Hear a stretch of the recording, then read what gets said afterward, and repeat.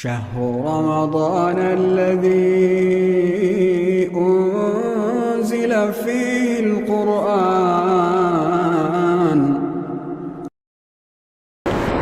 أعوذ بالله من الشيطان الرجيم.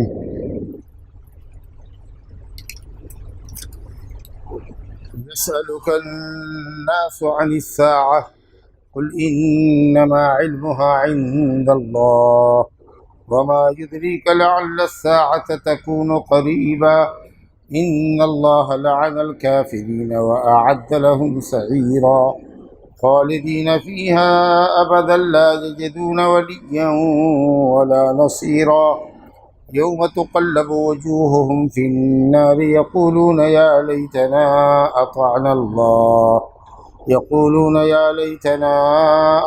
الله وأطعنا الرسول وقالوا ربنا إنا أطعنا سادتنا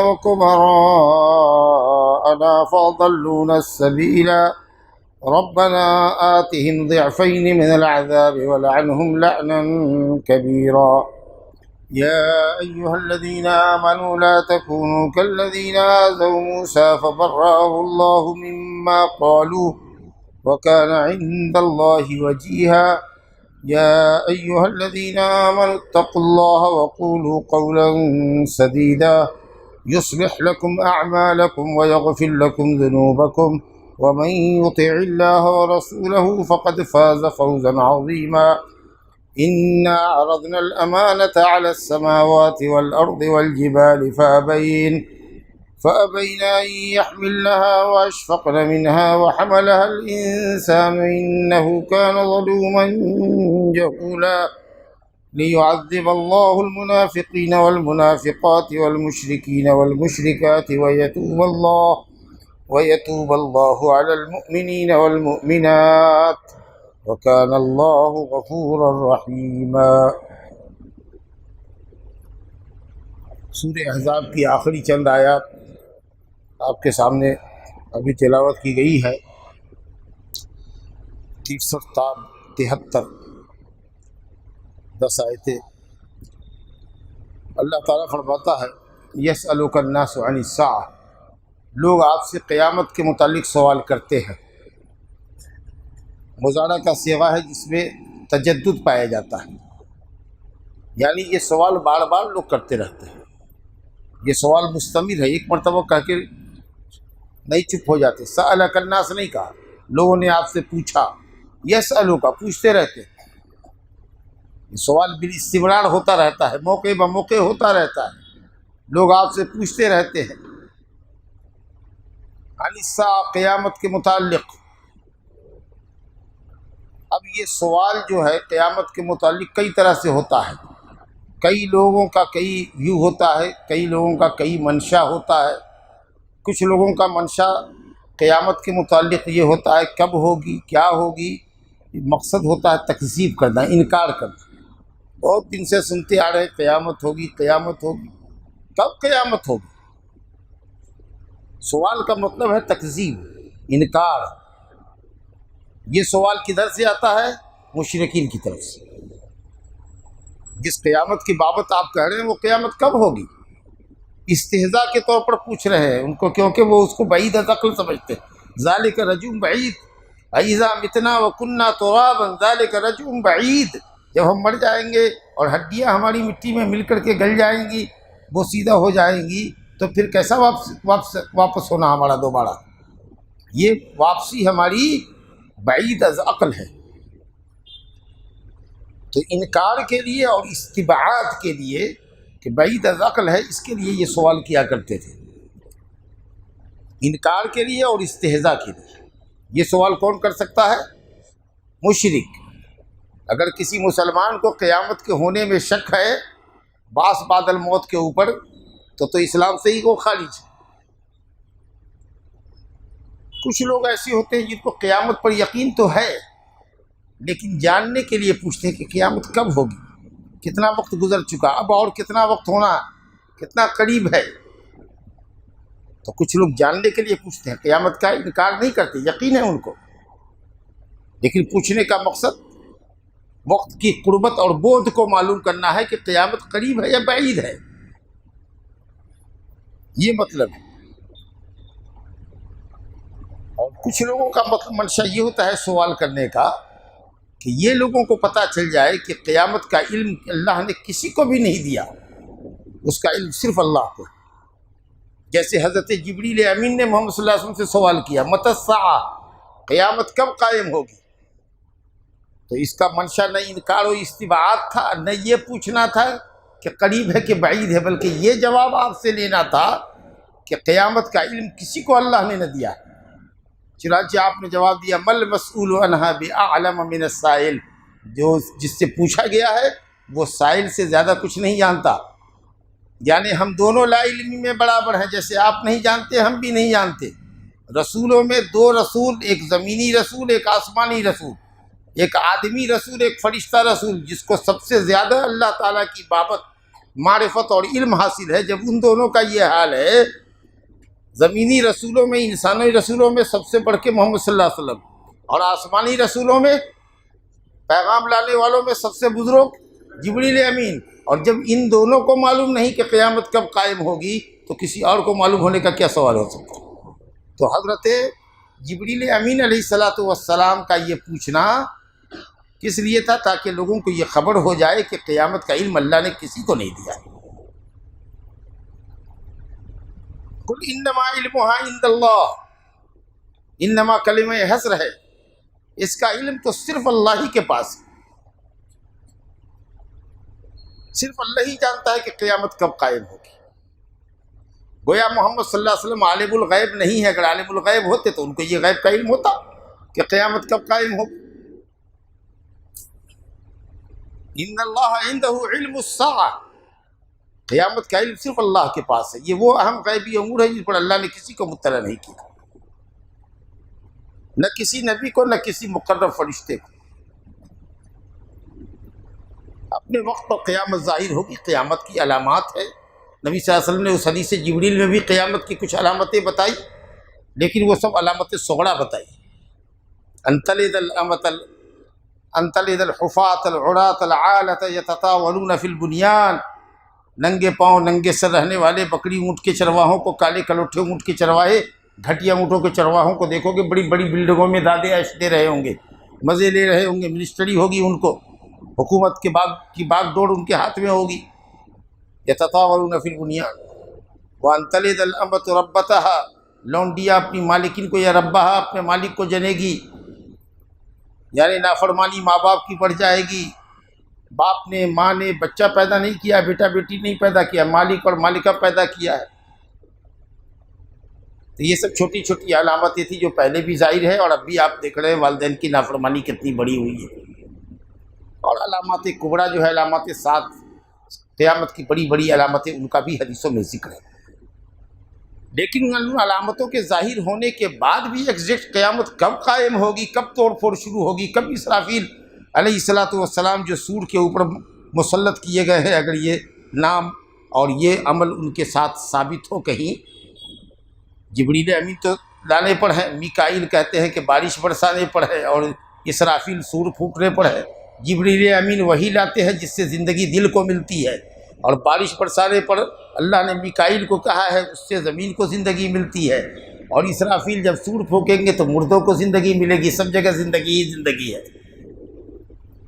سب جا کے اللہم رب جبریل و میکائیل و اسرافیل، نبی صلی اللہ علیہ وسلم رات کی دعاؤں میں پڑھتے تھے۔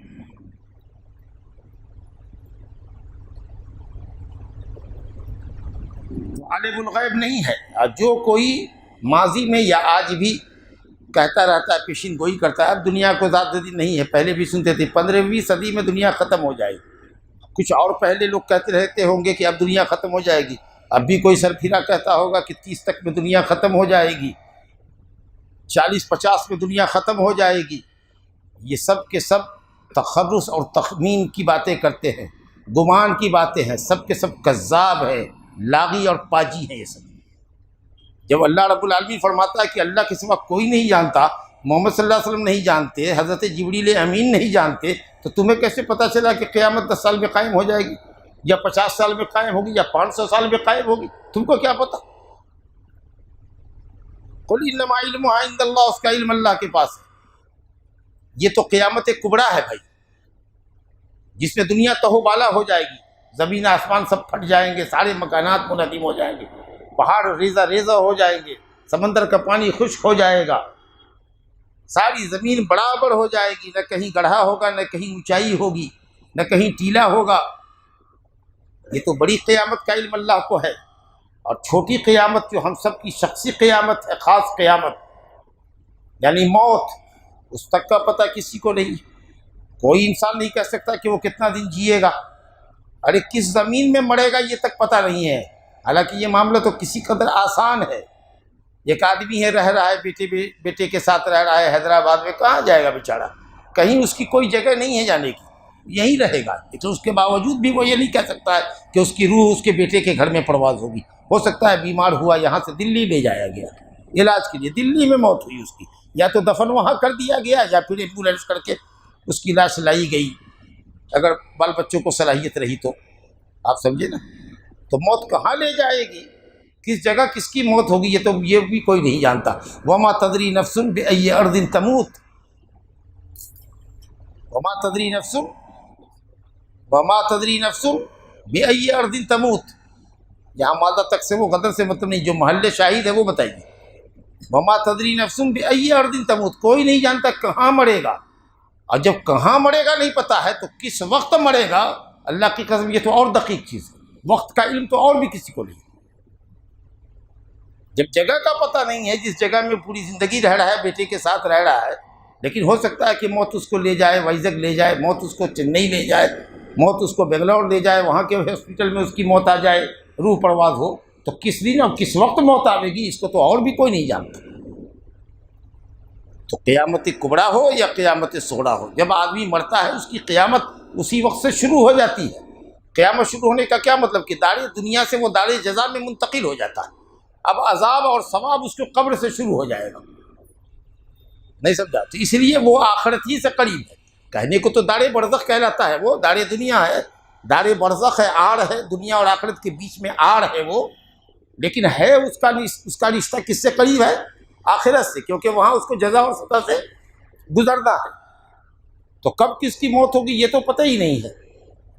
قل انما علمها عند اللہ۔ پھر یہ سوال یہ بڑا اہم نہیں ہے کہ قیامت کب قائم ہوگی، اس سے کیا فائدہ لوگے؟ اگر کہتے کہ 500 سال کے بعد ہوگی تو اس سے کیا ملے گا آپ کو؟ کیا نتیجہ آپ اس سے اخذ کرنا چاہتے؟ کوئی فائدہ نہیں ہوگا۔ جو چیز فائدے کی ہے، جو نتیجے کی ہے، جس سے آپ کی سعادت اور شقاوت، بدبختی اور نیک بختی جڑی ہوئی ہے، وہ آپ کا عمل ہے۔ موت کے لیے آپ کی تیاری ہے، قیامت کے دن کے لیے آپ کی تیاری ہے، اس سے آپ کو دلچسپی ہونی چاہیے۔ چنانچہ جو وہ آتے تھے پوچھتے تھے یا رسول اللہ متی الساعہ، قیامت کب قائم ہوگی؟ تو آپ کہتے تھے کہ ماذا اعددت لہا، تم نے اس کے لیے تیاری کیا کر رکھی؟ یہ سوال اہم ہے کہ تم نے اپنی موت کے لیے، اپنی آخرت کے لیے کیا تیاری کی ہے۔ وہ تو ہو کے رہے گی، لا یجلیھا لوقتھا الا ھو، جب اس کا وقت ہوگا اللہ اس کو ظاہر کر دے گا۔ ایسے چمٹ کے پوچھتے ہو جیسے لگتا ہے کہ ہم کو معلوم ہے۔ یسألونک کأنک حفی عنہا، ایسے چمٹ کے پوچھتے ہیں نبی آپ سے جیسے کہ لگتا ہے کہ آپ کو معلوم ہے۔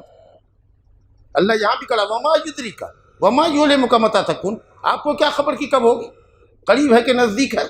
نبی کو اللہ تعالیٰ کہہ رہا ہے۔ دیکھیے خطاب کا انداز دیکھیے اللہ کا، وما یدریک، آپ کو کیا معلوم کہ قیامت کب ہوگی؟ سوچیے کس طریقے سے اللہ رب العالمین نے اپنے نبی کو خطاب کیا۔ لعل الساعة تکون قریبا، بہت ممکن ہے کہ قیامت قریب ہو، قیامت قریب ہو۔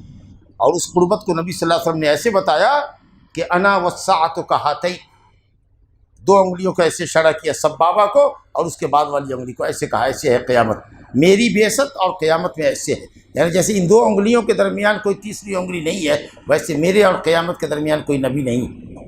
اب جب ہوگا اسی امت پر قیامت آئے گی، سمجھا کہ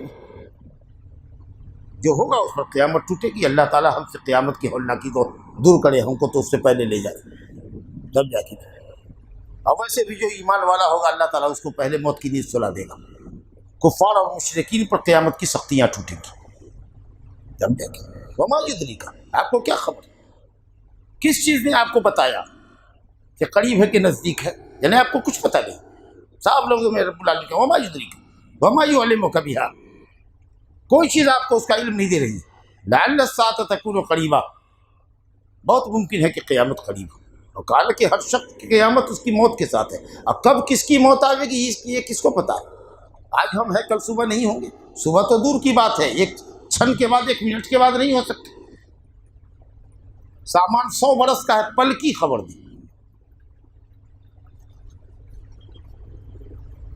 ان اللہ لعن الکافرین واعد لهم سعیرا، بے شک اللہ تعالیٰ نے لعنت فرمائی ہے کافروں پر. کافر ملعون اپنے کفر کی وجہ سے اللہ کی رحمت سے انتہائی دور. دنیا کا کیا ہے؟ دنیا تو اللہ کے نزدیک مچھر اور مکھی کے پر کے برابر بھی نہیں. وہ تو ان کے لیے جنت ہے.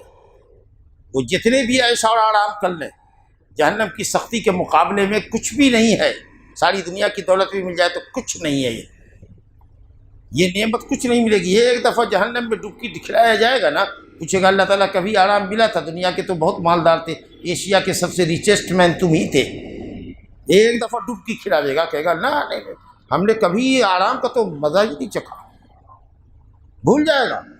اور دنیا کا سب سے مسکین مسلمان، موحد مسلمان جو بڑی تنگ دستی کی زندگی گزار رہا ہے، اگر وہ جنت میں ایک مرتبہ اس کو جنت کا داخلہ نصیب ہو جائے گا تو اس کی باغ و بہار دے کر پوچھے گا کہ دنیا میں 60-70 سال رہے، تکلیف بھیجر کا نہ واللہ کچھ نہیں. وہ اپنی تکلیف بھول جائے گا اور وہ کافی دنیا کی راحت بھول جائے گا. اللہ، یہ کفر کے سبب ملعون ہے. اور یہ لعنت تو اللہ تعالیٰ کی دنیا میں ان کے اوپر ہے ہی، لیکن قیامت کے عذاب، بھڑکتے ہوئے عذاب، شعلہ زن عذاب سے بھی ان کو نجات نہیں ہے. وَأَعَدَّ لَهُمْ، اللہ نے ان کے لیے تیار کر رکھا ہے نارن سعیرا، بھڑکنے والی آگ جو بالکل بھڑکی ہوئی ہوگی، شعلہ زن ہوگی، چنگھاڑ رہی ہوگی. ادھر آ مردود، تو کہاں تھا؟ میں تمہارے انتظار میں کب سے تھی.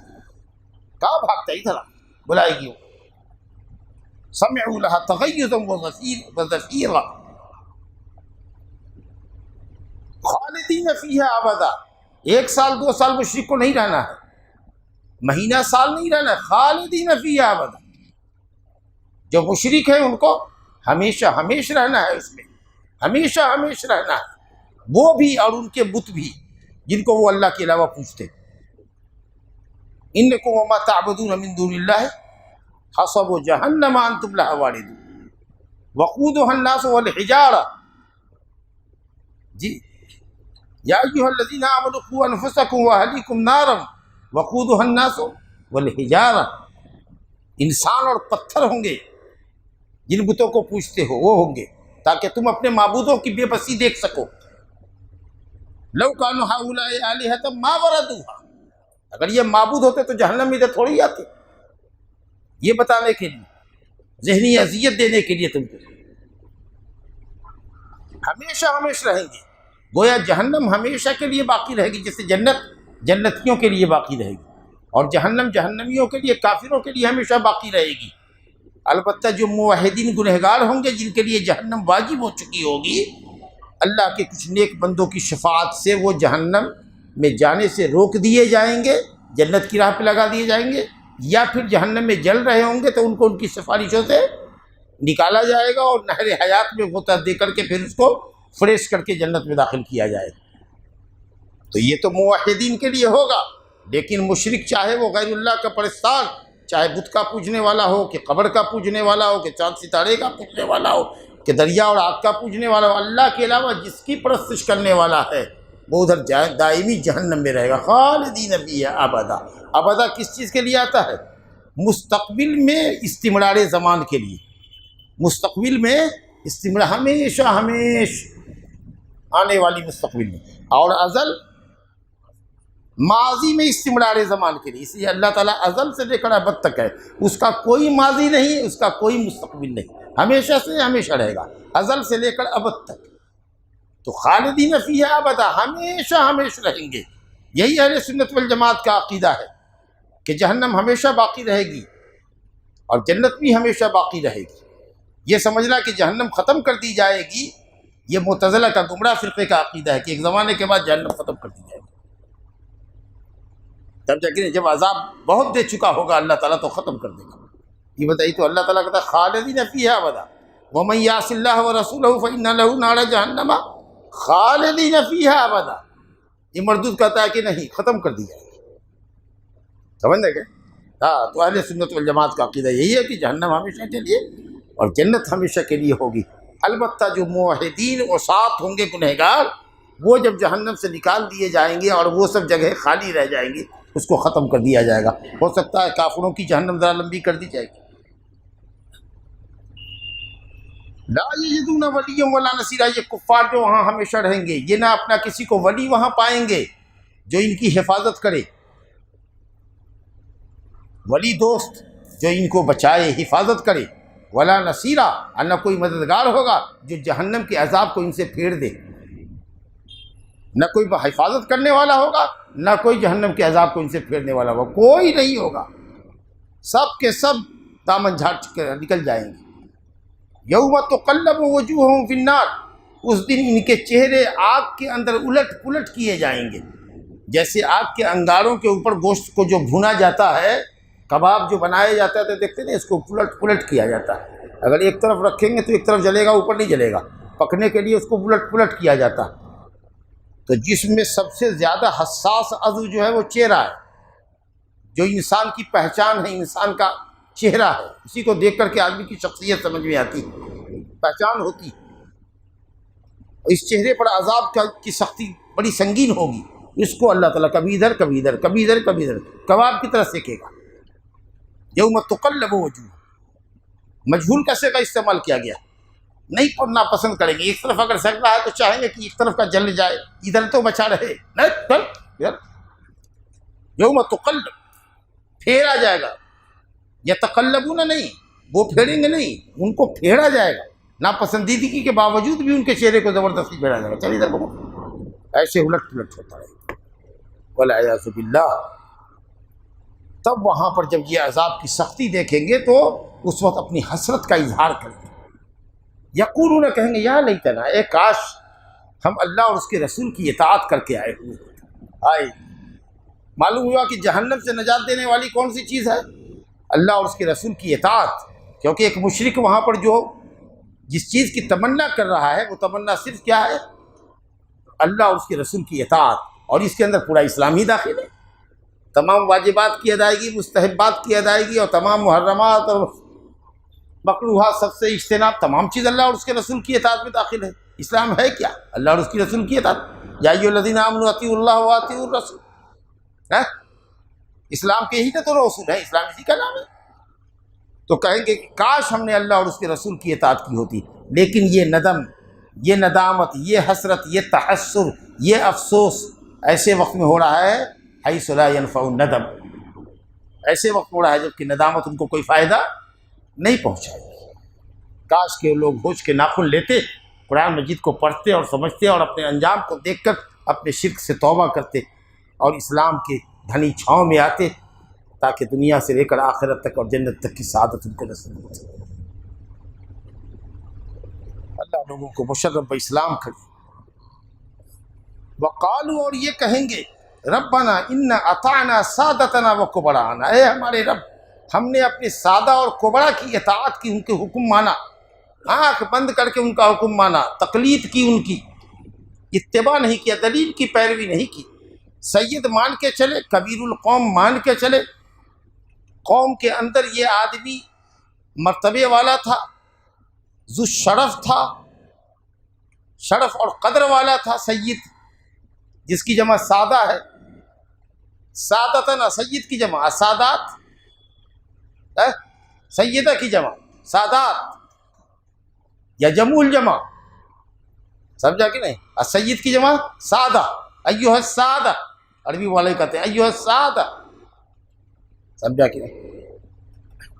تو کبیر القوم کی، جو ہماری قوم کے سب بڑا آبردہ لوگ تھے، ان کی، وکبراءنا، اور ان سے بھی جو بڑے تھے، سب سے بڑے تھے، عمرا، گورنران، بادشاہ، سمجھا کہ نہیں، منسٹران، ان کی ہم نے بات مانی آئے، کاش کہ ہم اندھے نہ ہوتے، ان کی تقلید اندھی نہ کی ہوتی، دلیلوں کی پیروی کی ہوتی، معلوم کیے ہوتے کہ صاحب حق کیا ہے نا حق کیا ہے۔ تو اگر یہ تقلید نہ ہوتی، اتباع ہوتا، قرآن و سنت کا اتباع، دلیل کی پیروی اتباع ہے۔ اور کسی کی بات آنکھ بند کر کے ماننا خوش فہمی میں کہ یہ آدمی بالکل ثقہ ہے، بڑا مولوی ہے، جو کہتا ہے سب صحیح، 100% اس کی بات صحیح، یہ تقلید ہاں۔ تو کاش کہ ہم نے اے رب ہمارے، ہم نے اطاعت تو سادہ کی اپنے کبرائے قوم کی بڑے لوگوں کی، انہوں نے ہم کو راستے سے السبیل سے گمراہ کر دیا۔ السبیل مانے اللہ کا راستہ، وہ راستہ جو اللہ کا راستہ تھا، جو جنت کا راستہ تھا، اس سے انہوں نے گمراہ کیا، شرک اور گناہ کی راہ پر لگایا، انہوں نے معصیت کی راہ پہ لگایا، بدعت کی راہ پر لگایا۔ یہ ہمارے کبڑا، یہ ہمارے بڑے بڑے پیران، یہ ہمارے بڑے بڑے ملا مولوی، جن کی ہم آنکھ بند کر کے تقلید کرتے رہے، ان پر اعتماد کرتے رہے۔ ربنا آتہم ضعفین من العذاب، اللہ ان کو دوہرا عذاب دے، میرا ایسے دگنا دے اس کو۔ آتہم ضعفین من العذاب، ضعف یانا جو میں جس عذاب میں میں ہوں، اس سے دوہرا عذاب ان کو دے۔ اور اس بد دعا کے غور کیجئے، جس کا آج دنیا میں اتنا احترام کرتے ہیں، الٹے پاؤں جہاں سے لوٹتے ہیں، جن کی جوتیاں سیدھی کرتے ہیں، جن کا پاؤں دھو کر کے تبرکاً پیتے ہیں، قیامت کے دن جب ان کو اللہ کے عذاب سے یہ نہ بچا سکیں گے، بلکہ ان کی تقلید کے نتیجے میں خود جہنم میں گئے ہوئے ہوں گے، تو اس دن دیکھیے گالیاں ان کو دیں گی، اور ان کے لیے دوہرے عذاب کی اللہ سے درخواست کریں گے۔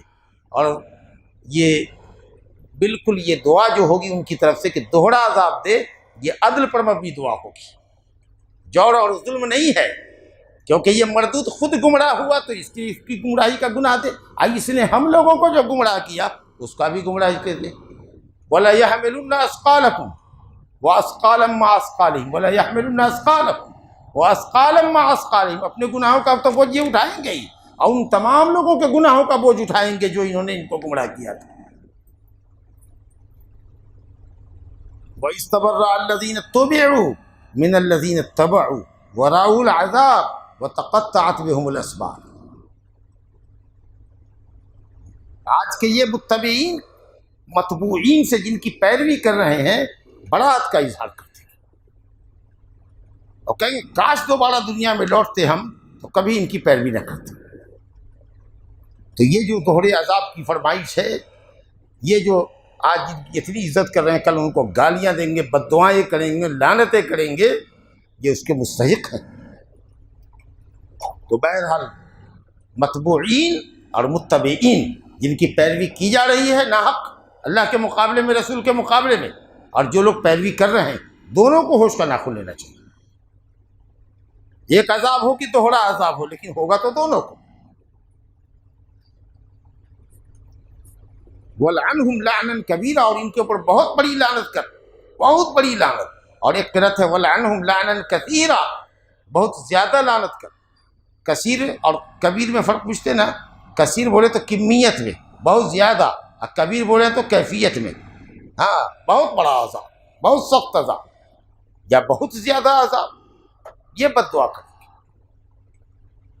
بہرحال جس کے سامنے حق واضح کر دیا جائے، کتاب و سنت کا نص واضح کر دیا جائے، اور اس کے باوجود بھی وہ کسی مولوی سے، کسی پیر سے چمٹا ہوا رہے، اور سمجھے کہ صاحب ان کا دامن پکڑ کے پار کر جائیں گے، وہ ہوش کے ناخن لیں۔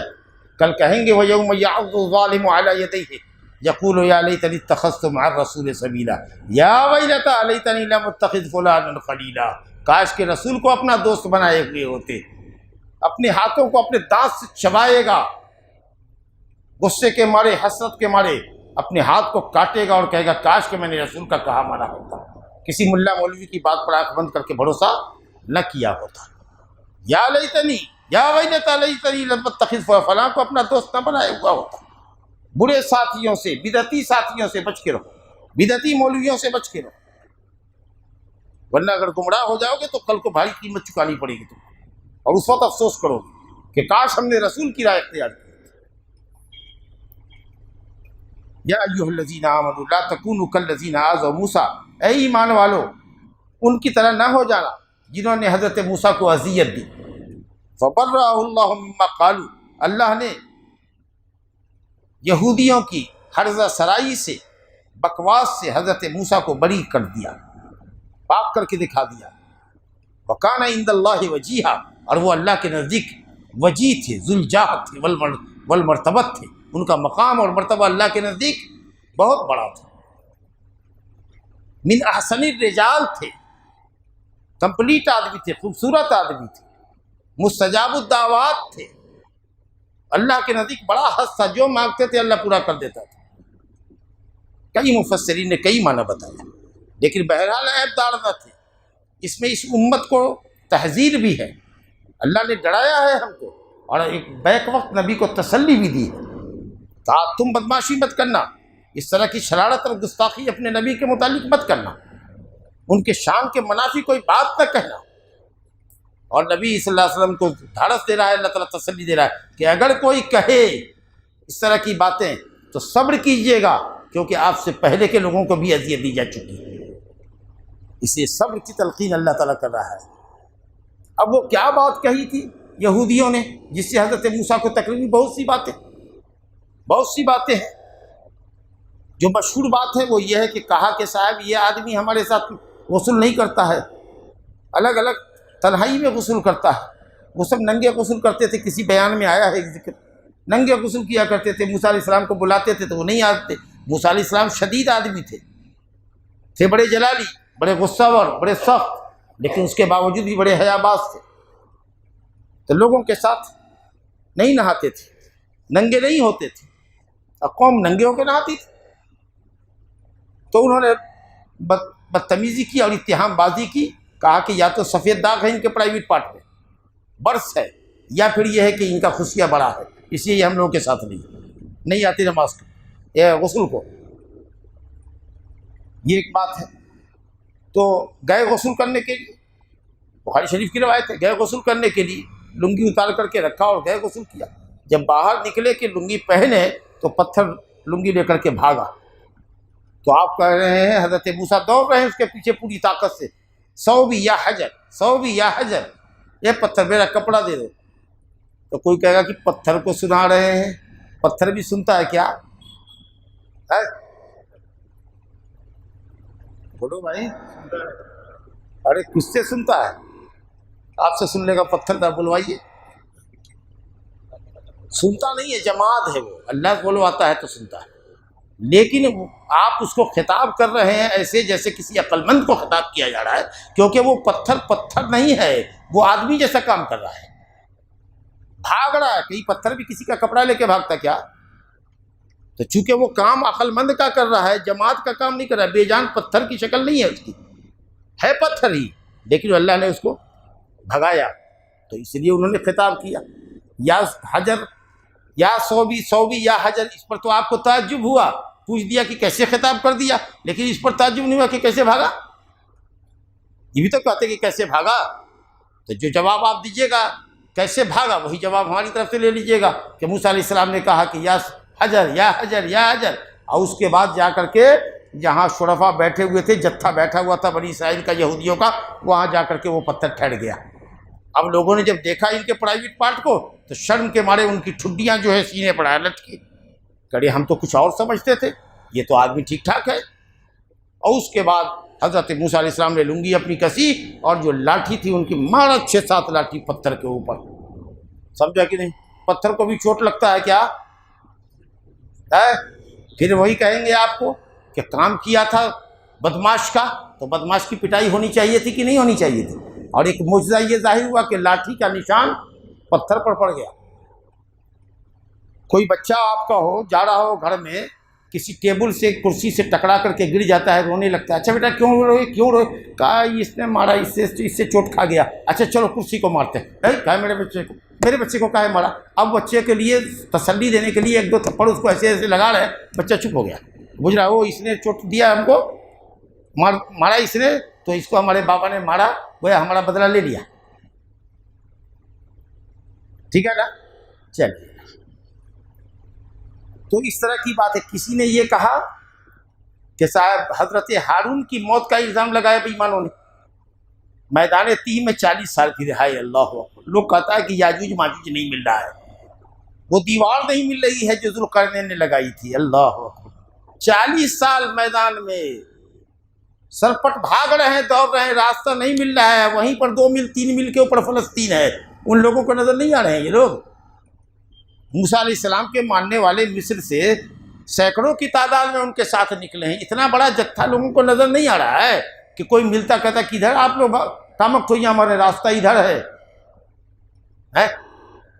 بولو بھائی، یتیہون فی الارض، ہدایت نہیں ملی تو آپ کو بھی ہدایت نہیں مل رہی ہے.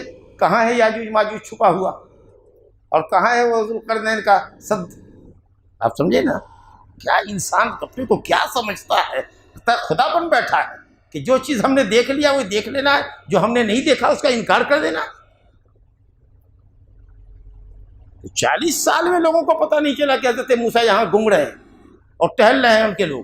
اسی وادی تیہ میں حضرت ہارون کی موت ہو گئی تو کہا کہ موسیٰ نے اپنے بھائی کو مروا دیا. بتائیے، وہ مردود قارون جو تھا،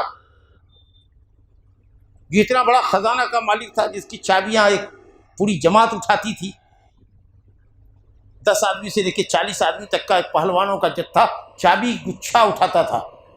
خزانے کتنے رہے ہوں گے. حضرت موسیٰ علیہ السلام کو بدنام کرنے کے لیے ایک بدکار عورت کو اس نے سنبھالا اور اس کو پیسہ دیا. کہا موسیٰ علیہ السلام پر اتہام لگا. اللہ رب العالمین نے اس مردود کو زمین کے اندر خزانہ سمیت دھسا دیا. موسیٰ علیہ السلام کی برات کر دی. کئی مفسرین نے واقعات لکھے ہیں کہ یہ قوم اتنی بڑی بدماش تھی. حالانکہ جانتے ہیں بنی اسرائیل کا سب سے بڑا نبی اگر کوئی ہے، یعقوب علیہ السلام کی اولاد میں اگر سب سے بڑا کوئی نبی ہے اور سب سے بڑی عظیم کتاب اگر کسی پر اتری ہے تو وہ موسیٰ علیہ السلام. آپ سمجھے نا، اعظم نبی اعظم رسول کی بنی اسرائیل.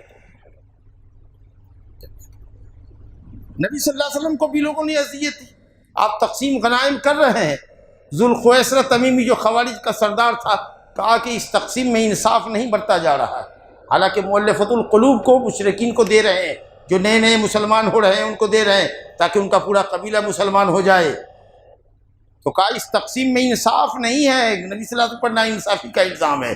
یہ خبر معلوم ہوئی، بڑے آپ غصے سے لال پیلے ہوئے اور کہا رحم اللہ اخی موسیٰ. بخاری شریف کی روایت ہے، اللہ میرے بھائی موسیٰ پر رحم کرے. لقد اوذی کثیرا اکثر من ھذا فصبر. اس سے زیادہ ان کو اذیت دی گئی جو ہم کو اذیت دے رہے ہیں یہ لوگ، لیکن انہوں نے صبر کیا. اللہ نے برات کا اظہار کیا ہے قول سے اور فعل سے. کہتے تھے پاگل ہے، دیوانہ ہے. کہا وما انت بربک بمجنون. قول سے برات کا اظہار کیا اور فعل سے دیکھ لیجئے پتھر کو عقل دے دی اللہ نے، لے کے بھاگو. یہاں تک کھچاؤ موسیٰ علیہ السلام کو ٹھہراؤ وہاں قوم کے درمیان اور وہ دیکھ لیں کہ ان کے پاس کوئی عیب نہیں ہے. بات لمبی ہو رہی. کہا گیا ایسا مت ہو کان عند اللہ وجیہ. اس کے بعد کی آیت ہے یا ایھا الذین آمنوا اتقوا اللہ وقولوا قولا سدیدا. اے ایمان والو اللہ کا تقوی اختیار کرو، اوامر کو بجا لاؤ، منہیات سے اجتناب کرو. وقولوا قولا سدیدا، اور درست بات کہو، بالکل درست بات کرو. درست بات مطلب ہر وہ بات جس کے اندر بھلائی ہے. سب سے سیدھا موٹا معنی ہے ہر وہ بات جس میں بھلائی ہو وہی درست بات ہے. کلمہ توحید ہو، امر بالمعروف ہو، نہی عن المنکر ہو، دعوت اللہ ہو، کسی سے اچھی بات سے گفتگو کرنا ہے تاکہ اس کی مودت، اس کی محبت حاصل ہو، آپ کی محبت اس کے دل میں بیٹھے، برخلاف اس کے گالی گلوچ لان تان غیبت چغلی تیس ڈیک وہ سب کا سب غیر قول سدید ہے. تو قولوا قولا سدیدا، تقوی اختیار کرو، درست بات کہو. یہ عمل ہوا، اس عمل کی برکت کیا ہوگی؟ یصلح لکم اعمالکم، اللہ تعالیٰ تمہارے عملوں کو درست کر دے گا. سارے کام تمہارے درست ہو جاتے، سارے بگڑے ہوئے کام تمہارے درست ہو جاتے. یہ دنیا کا فائدہ ہے. وَيَغْفِرْ لَكُمْ ذُنُوبَكُمْ، اور یہ آخرت کا فائدہ ہے کہ تمہارے گناہوں کو اللہ تعالیٰ چھپا لے گا، معاف کر دے گا. جی تو تقوی اور قول سدید کا فائدہ اصلاح عمل کی شکل میں اور مغفرت ذنوب کی شکل میں ظاہر ہوا. وَمَن يُطِعِ اللَّهَ وَرَسُولَهُ، اور عام قاعدہ بتایا گیا کہ جو اللہ اور اس کے رسول کی اطاعت کرے گا بلا چون و چرا فقد فاز فوزا عظیما، تحقیق کہ اس نے سب سے عظیم کامیابی حاصل کر لی، یعنی جنتی بن گیا. اس کے بعد اللہ تعالیٰ آیت نمبر 72 میں فرماتا ہے اِنَّا عَرَضْنَا الْأَمَانَةَ عَلَى السَّمَاوَاتِ وَالْأَرْضِ وَالْجِبَالِ فَأَبَيْنَ. ہم نے امانت کو پیش کیا. امانت سے مراد فرائض، احکام، واجبات، قرآن اور حدیث، دین کے احکام اور مسائل پہاڑ پر پیش کیا. جتنی بڑی اتنی مضبوط مخلوق ہے، آسمان پر، زمین پر، پہاڑ پر کتنے مضبوط ہیں، لیکن انہوں نے انکار کیا کہ رب تعالیٰ ہم اس کا حق ادا نہیں کر سکتے، ہم تیرے حکم کے تابع ہیں لیکن تیرے فرائض اور واجبات کو ہم کما حق ادا نہیں کر سکتے. ہم سے یہ امانت اٹھے گی نہیں، ہم اس کے تقاضے کو نہیں سمجھ سکتے. ہم تیری مخلوق ہیں، تیرے حکم کے غلام ہیں، لیکن ہم سے اس کا تقاضا پورا نہ ہوگا. اچھی بات ہے، سرنڈر کر لیا. وہ اشفقن منہا، اور اس امانت کی اٹھانے سے اور امانت کو کما حقہ امانت کو ادا کرنے سے وہ ڈر گئے کہ ہم سے نہیں ہوگا تو اللہ کے عذاب کے ہم مستحق ہو جائیں گے، اللہ ہم کو بخش. جی، کیونکہ امانت میں خیانت کرنا منافقین کا کام. وحملہ الانسان، لیکن انسان نے اٹھایا، اس لیے کہ اللہ نے انسان کو عقل والی مخلوق بنایا تھا، اور اللہ تعالیٰ نے انسانوں کی ہدایت کے لیے انسانوں میں رسول بھیجا، اس سے انسانوں نے اس کو اٹھایا. لیکن اگر انسان جو اس امانت کو اٹھا چکا ہے، اگر وہ اس امانت کا حق ادا نہ کرے، اللہ کی توحید کو پختہ نہ کرے، اس کے احکام کی بجاوری نہ کرے، تو ظالم اور جاہل ٹھہرے گا کہ نہیں؟ بہت بڑا ظالم اور جاہل ٹھہرے گا. کیونکہ دوسری مخلوقات کو تو عذاب نہیں ہوگا، لیکن تو نے تو کہا کہ ہم اٹھا لیں گے اور نہیں اٹھایا. جی، اللہ تعالیٰ کہتا ہے لو انزلنا هذا القرآن على جبل لرأيته خاشعا متصدعا من خشیۃ اللہ. اللہ کے ڈر سے وہ ریزہ رضا ہو جاتا. حضرت موسیٰ علیہ السلام نے ضد کی، اللہ میں تجھے دیکھنا چاہتا ہوں. کہا اچھا پہاڑ کو دیکھو، تجلی ظاہر کرتے ہیں، اگر وہ پہاڑ اپنی جگہ ٹھہرا رہا تو تم مجھ کو دیکھ سکو گے. فلما تجلی للجبل جعلہ دکا، للجبل جعلہ دکا وخر موسیٰ صاعقا، بے ہوش ہو کے گر پڑے سب جگہ. تو بہرحال جس امانت کو انسان نے اٹھایا ہے، اس کی ذمہ داری ہے کہ وہ اس کے اوپر عمل کرے، واجبات اور فرائض کو استطاعت پر ادا کرے، محرمات سے کلی طور پر اجتناب کرے، ورنہ وہ اللہ کے بڑا ظالم اور جاہل ٹھہرے گا.